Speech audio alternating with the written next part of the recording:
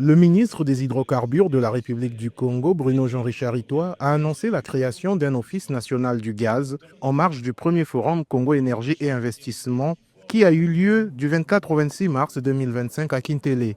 La mise en place de cette institution dans le pays vise entre autres à ouvrir la porte à de nouveaux investisseurs et à mieux valoriser les ressources gazières dont dispose le pays. Ce que nous voulons, c'est que le gaz soit valorisé. Donc, c'est pour ça que nous envisageons de créer un office congolais du gaz. C'est un office qui sera en charge de faire ce que les pétroliers ne veulent pas faire dans le gaz. Il y a ce code gazier dont j'ai parlé, il y a ce gaz master plan dont j'ai parlé. Nous avons aussi choisi de développer le contenu local, c'est très important. On a fait une très grande conférence l'année dernière, on va en faire une nouvelle en octobre qui sera une conférence africaine sur le contenu local. Le gouvernement congolais ambitionne de booster la production de ses ressources d'hydrocarbures d'ici 3 ans à 500 000 barils par jour. Par ailleurs, le pays a réussi à lancer la 9e cargaison de gaz naturel liquéfié grâce au partenariat avec le groupe italien Eni. Ainsi, avec cette étape, la société a désormais atteint 1 million de mètres cubes de GNL produits et exportés depuis le marché congolais.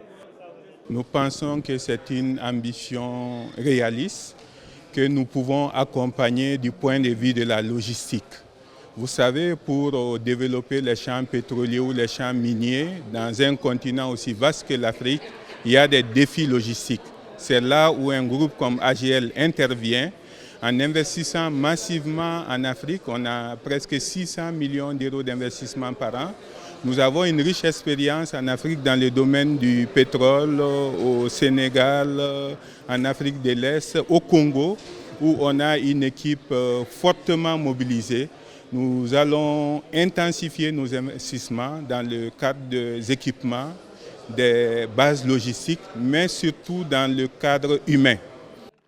Plus de 600 participants ont répondu à l'appel de la première édition du Forum Congo Énergie et Investissement. L'événement a permis d'explorer les derniers projets de transformation du gaz en électricité et devrait favoriser des mises à jour sur les expansions en cours à travers le pays.